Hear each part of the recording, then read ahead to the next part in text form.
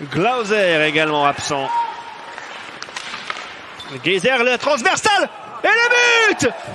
La réussite signée Sven Leuenberger qui a dévié ce puck mis sur la cage par Tobias Geyser.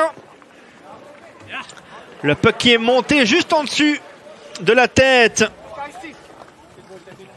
de Damien Stettler. Et c'est donc 1-0 pour Zug grâce à Leuenberger qui inscrit là son 8e but de la saison. Et regarde, pour être bien sûr, on va revoir ça. Geyser qui met le puck sur la cage, la déviation de Leuenberger, la transversale et le but derrière. Stettler est déjà une minute de powerplay pour Zug.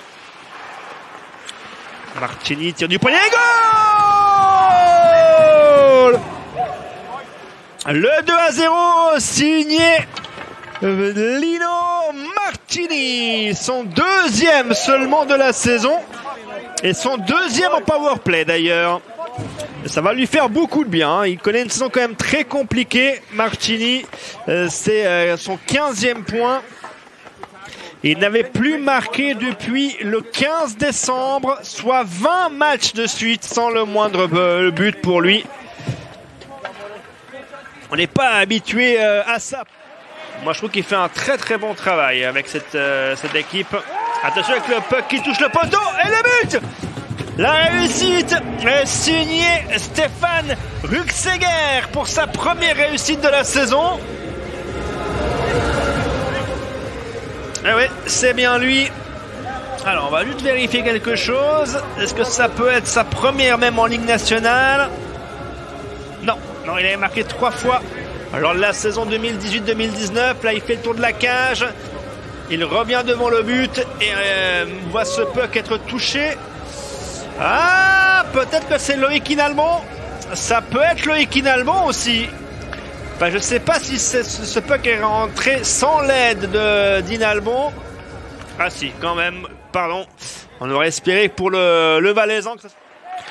C'est presque 20 tirs bloqués par match. Nouveau tir et le but à la Talo pour son 4e de la saison, son 2e en powerplay. Tir du poignet, un peu de trafic devant Stettler et le puck qui rentre avec le poteau. Martini aura un petit point, une petite passe décisive à la Talo, tir du poignet un peu... Ah, est-ce que c'est dévié devant par Zender? On va voir ça. Non, j'ai pas l'impression. C'est bien le poteau qui dévie ce puck. Il fait un geste, hein. Autre que Langnau, entre guillemets, de National League. Geyser, le tir de Geyser et le but signé Grégory Hoffman qui fête de la meilleure des façons sa transaction de ces derniers jours. La seule question, c'est la hauteur de la crosse de Grégory Hoffman. Oui, il fait une drôle de tête. D'ailleurs, le roman, est-ce qu'il prend un coup sur ce but? Ah, je crois pas qu'elle est en dessus de la transversale. Elle ne peut pas faire grand chose. Stettler là-dessus.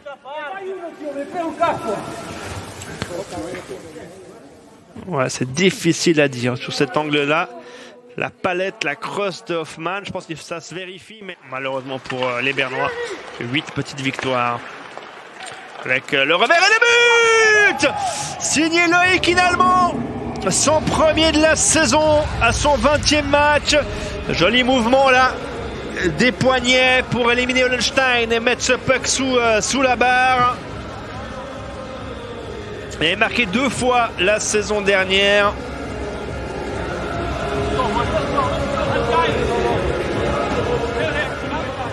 Bonne passe en retrait là aussi, hein, devant la cage. Signé Ruxeger avec son gabarit là, il a